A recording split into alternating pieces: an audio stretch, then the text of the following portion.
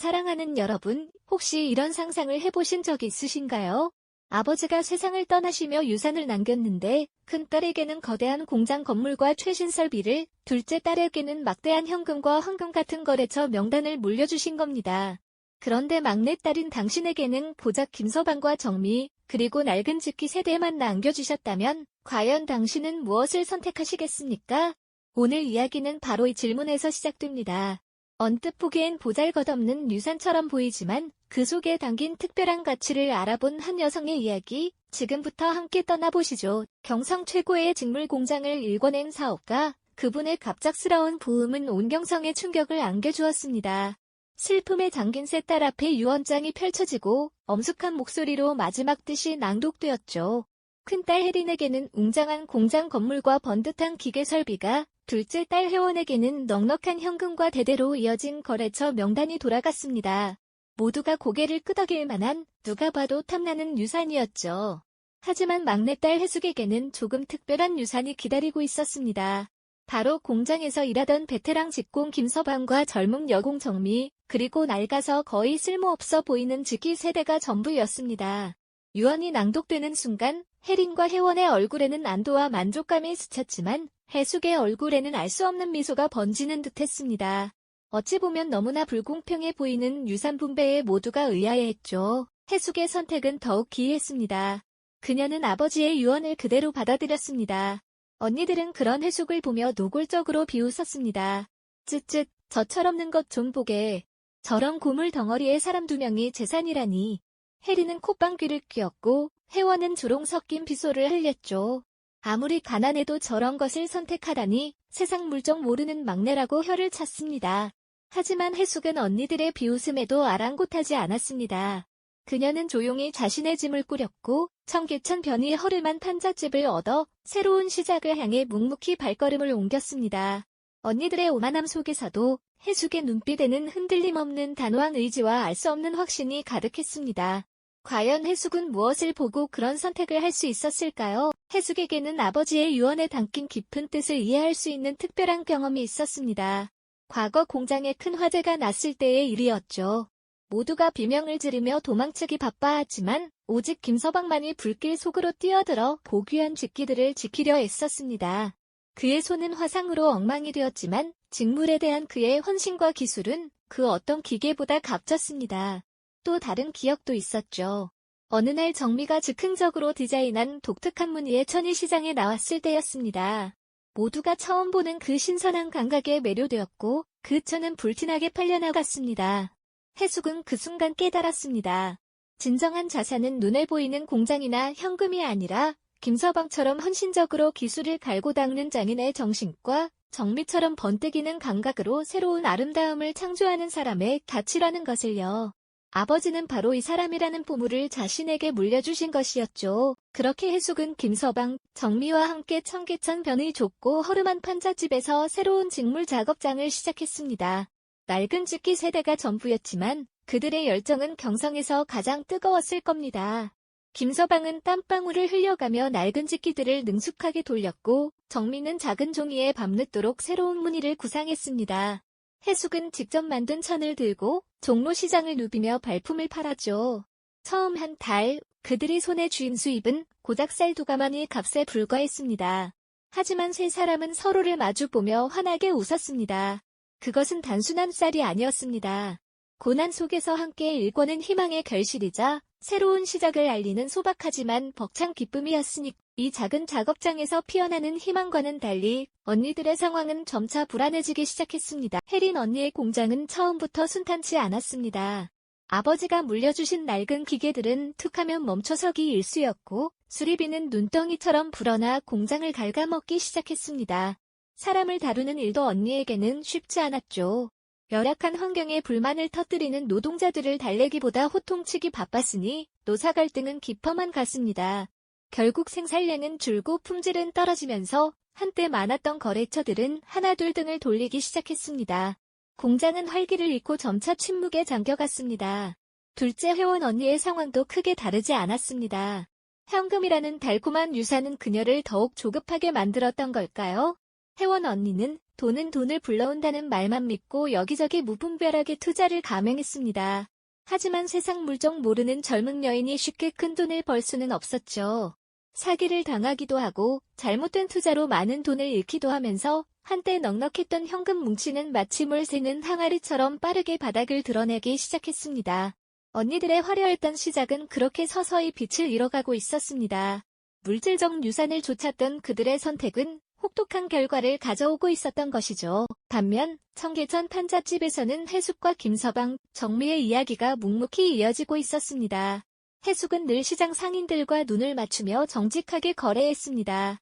약속한 날짜에 약속한 품질의 천을 가져다 주는 것이 가장 중요하다고 생각했으니까요. 그녀의 신뢰는 시간이 지날수록 더욱 단단해져 갔습니다. 김서방은 낡은 찌끼들을 마치 자신의 몸처럼 아꼈습니다. 밤낮으로 기름칠하고 조이며 최고의 실력을 뽐냈죠. 그의 손에서 나온 천은 촘촘하고 부드러워 그 품질을 인정받았습니다. 한번 써본 상인들은 다른 곳에 천은 거들 떠보지도 않을 정도였으니 김서방의 기술력은 세 사람 직물의 든든한 뿌리가 되어주었습니다. 정미는 어땠을까요? 그녀의 섬세한 감각은 세 사람 직물의 가장 큰 무기였습니다.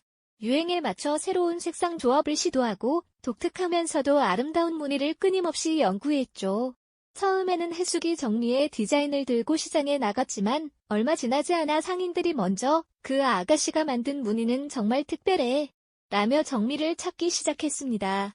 이 세 사람의 조화는 단순한 협업을 넘어 서로의 부족함을 채워주는 완벽한 균형을 이루고 있었습니다. 기술과 감각, 그리고 신뢰가 한데 어우러진 것이죠. 시간이 흐르면서 세 사람 직물의 이름은 서서히 경성 바닥에 퍼져나가기 시작했습니다. 처음에는 작은 포목점에서 시작했지만 이제는 달랐습니다. 명동의 유명 양장점에서도 종로의 고풍스러운 한복집에서도 세 사람 직물의 천을 구할 수 있나요? 라는 문의가 빗발치기 시작한 겁니다. 천을 원하는 손님들이 늘어나자 해숙은 망설임 없이 작업장을 확장했습니다. 낡은 판잣집 옆에 새로운 공간을 얻고 집기도 몇 대 더 들여놓았죠. 작업장은 이전보다 훨씬 활기 넘치는 소리로 가득 찼습니다. 김서방의 집기 소리와 정미의 분주한 손놀림, 그리고 해숙의 밝은 웃음소리가 어우러져 희망의 교향곡을 연주하는 듯했습니다. 해숙의 작업장이 번성할수록 언니들의 사업은 더욱 깊은 수렁으로 빠져들었습니다. 혜린 언니의 공장은 더 이상 운영이 불가능할 정도로 빚더미에 앉게 되었죠. 혜원 언니의 현금은 이제 한 푼도 남아있지 않았습니다. 빚쟁이들은 사방에서 언니들을 옥죄어왔고 결국 언니들은 모든 것을 잃고 초라한 모습으로 경성의 뒷골목을 전전하는 신세가 되고 말았습니다. 한때 부잣집 교수로 손에 물 한 방울 묻히지 않던 그들이었지만 이제는 하루하루 끼니를 걱정해야 하는 처지가 된 것. 해숙의 작업장이 나날이 번창하며 희망의 실타래를 엮어가는 사이 언니들의 삶은 끝없는 나락으로 떨어지고 있었습니다. 혜린 언니의 거대한 공장은 이제 더 이상 돌아갈 수 없는 빚더미에 파묻혔고 혜원 언니가 손에 쥐었던 현금은 한 푼도 남김없이 사라져버렸죠. 채권자들의 매서운 독촉은 언니들의 숨통을 조여왔고 결국 그들은 한때 자랑스러웠던 모든 것을 잃고 경성의 어두운 뒷골목을 헤매는 신세가 되고 말았습니다. 손에 물 한 방울 묻히지 않던 부잣집 교수였던 언니들이 이제는 하루하루 끼니를 걱정하며 겨우 명맥을 이어가는 처지가 된 겁니다. 하지만 해숙의 작업장은 달랐습니다. 그곳에서는 물질적인 풍요를 넘어선 더 깊고 따뜻한 가치가 자라나고 있었죠. 어느 날 김서방의 어린 딸아이가 심한 폐병으로 위독하다는 소식이 전해졌습니다. 가뜩이나 넉넉지 못한 형편의 망연자실한 김서방은 딸의 병세 앞에서 무너져 내릴 수밖에 없었죠. 이때 해숙은 망설임 없이 자신의 귀한 사비를 털어 마치 가족에게 그러하듯 김서방 딸아이의 치료비를 온전히 책임졌습니다. 병원비는 물론 값비싼 약재까지 아낌없이 지원하며 김서방의 딸이 건강을 되찾을 수 있도록 마음을 다했던 것. 또한 늘 배우고 싶다는 열망을 품고 있던 정미의 꿈에도 해숙은 귀 기울였습니다. 정미가 야학에 다니며 글을 배울 수 있도록 든든한 지원자가 되어주었죠. 해숙은 단순히 일하는 사람을 넘어 그들의 삶과 꿈까지 보듬는 진정한 동반자가 되어주었습니다. 함께 식사를 나누고 서로의 고민을 들어주며 이들은 단순한 고용주와 피고용인을 넘어선 마치 한 가족과도 같은 끈끈한 유대감을 형성해 나갔습니다. 해숙의 작업장은 이제 단순한 직물 공장이 아니라 서로를 보듬고 의지하는 따뜻한 보금자리로 변모하고 있었던 겁니다. 물론 이러한 해숙의 행보를 곱지 않은 시선으로 바라보는 이들도 많았습니다. 당시 경성사회는 신분과 계급의 구분이 명확했던 시대였으니까요. 양반집 교수가 천민 출신의 직공들과 한솥밥을 먹으며 지낸다는 소문은 경성바닥에 파다하게 퍼져나갔습니다. 사람들은 해숙의 행동을 이해하지 못했고 심지어 손가락질하며 수군거리기까지 했죠. 하지만 해숙은 이러한 세간의 편견과 비난에 조금도 흔들리지 않았습니다. 아버지께서 생전에 늘 강조하셨던 사람이 곧 가장 큰 재산이다라는 가르침을 굳건히 믿고 있었기 때문이죠. 눈에 보이는 물질이나 명예보다 보이지 않는 사람의 가치를 알아보는 것이 진정한 지혜라고 생각했던 겁니다.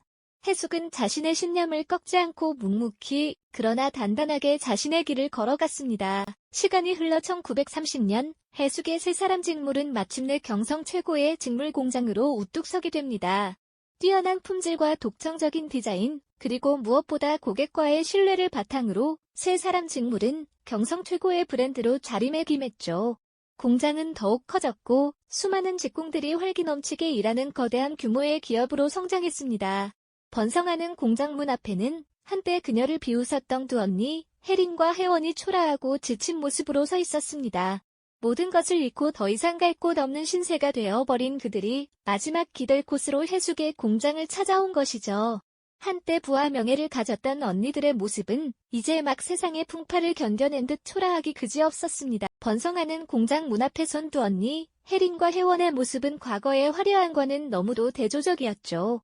모든 것을 잃고 지친 얼굴로 서 있는 그들을 마주한 해숙의 마음은 과연 어떠했을까요? 자신을 비웃고 조롱했던 언니들에게 차갑게 등을 돌렸을까요? 아니면 따뜻한 손을 내밀었을까요? 아마 많은 분들이 복잡한 심경을 예상하셨을 겁니다. 하지만 해숙은 이전에도 그랬듯 흔들림 없는 단단한 마음으로 그들을 맞이합니다. 해숙은 지난 세월 언니들이 자신에게 보냈던 비난과 격려를 잊지 않았을 겁니다. 그러나 그녀는 복수심이나 과거의 감정에 얽매이지 않고 오직 아버지께서 가르쳐주셨던 사람의 가치에 집중했죠. 해숙의 눈에는 초라해진 언니들의 모습 너머 여전히 쓸모있는 재능과 잠재력이 보였던 겁니다. 마치 낡은 집기 속에서도 명품을 만들 가능성을 찾아냈던 것처럼 말입니다. 그녀는 언니들을 용서하는 데 그치지 않고 뜻밖의 제안을 건넵니다. 해숙은 큰언니 혜린에게는 공장의 격리 업무를 맡기고 둘째 언니 혜원에게는 뛰어난 수완을 발휘할 수 있는 영업 업무를 담당하게 했습니다. 한때 물질적 유산만을 줬다 모든 것을 잃었던 언니들이 이제는 해숙이 일궈낸 사람 중심의 기업에서 자신의 재능을 다시 펼칠 기회를 얻게 된 것이죠. 김서방, 정미와 함께 시작했던 세 사람 직물은 이제 혜린과 혜원까지 합세하여 5사람 직물로 성장하게 됩니다. 단순한 숫자의 증가가 아니라 사람의 가치를 믿는 해숙의 신념이 확고히 뿌리내린 결과였죠. 이 모든 과정에서 해숙은 다시 한번 자신의 신념을 되새깁니다. 우리 아버지는 그저 눈에 보이는 공장이나 돈을 물려주신 것이 아니었습니다. 진정으로 귀한 것은 바로 사람을 알아보는 눈을 물려주신 것이었죠. 해숙의 이 말은 아버지의 유언이 단순한 물질 분배가 아닌 사람의 잠재력을 꿰뚫어보고 그 가치를 키워낼 지혜를 전수하려 했다는 깊은 뜻을 담고 있었습니다. 눈에 보이는 자산에만 집중했던 혜린과 혜원, 그리고 세간의 시선은 해숙의 선택을 이해하지 못했지만 결국 해숙의 지혜가 빛을 발한 순간이었죠. 해숙의 이야기는 단순히 한 여성의 성공담을 넘어 진정한 재산이 무엇인지 우리에게 묻습니다. 눈에 보이는 건물이나 현금보다 사람의 마음을 얻고 그 가치를 키워나가는 것이야말로 가장 견고하고 지속가능한 부를 창출한다는 것을 보여주지 않습니까? 위풍당당하게 성장한 세 사람 직물 공장 문 앞에서 모든 것을 잃고 초라하게 서 있던 언니들을 따뜻하게 품어 안은 해숙의 모습은 물질적 성공을 넘어선 인간적 가치의 승리를 극명하게 드러내는 감동적인 장면으로 기억될 겁니다. 해숙이 언니들에게 손을 내민 것은 단순히 혈육의 정 때문만은 아니었습니다. 그녀는 언니들이 지닌 재능과 경험이 공장에 새로운 활력을 불어넣을 것이라는 확신을 가지고 있었죠. 사람을 소중히 여기고 그들의 잠재력을 믿어주는 해숙의 지혜로운 리더십은 공장을 더욱 굳건하게 만들었을 겁니다. 그녀는 사람이 곧 재산이라는 아버지의 가르침을 몸소 실천하며 그 어떤 시련 속에서도 흔들리지 않는 삶의 철학을 보여주었습니다. 이 이야기는 급변하는 오늘날 우리에게도 깊은 울림을 줍니다. 눈앞의 이익이나 물질적 가치에만 매몰되기 쉬운 시대에 보이지 않는 사람의 가치를 알아보는 통찰력과 지혜가 얼마나 중요한지 다시금 생각하게 하죠. 해숙의 이야기는 시대를 초월하여 무엇이 진정한 가치인가를 묻는 지혜로운 가르침으로 우리 마음속에 오래도록 남을 것입니다. 부디 이야기가 여러분의 삶의 중요한 선택의 기로에서 작은 등불이 될 수 있기를 바랍니다. 이 영상이 도움이 되셨다면 좋아요와 구독 부탁드립니다. 여러분의 응원이 제게 큰 힘이 됩니다. 다음 영상에서도 더 유용한 정보를 공유하겠습니다. 감사합니다.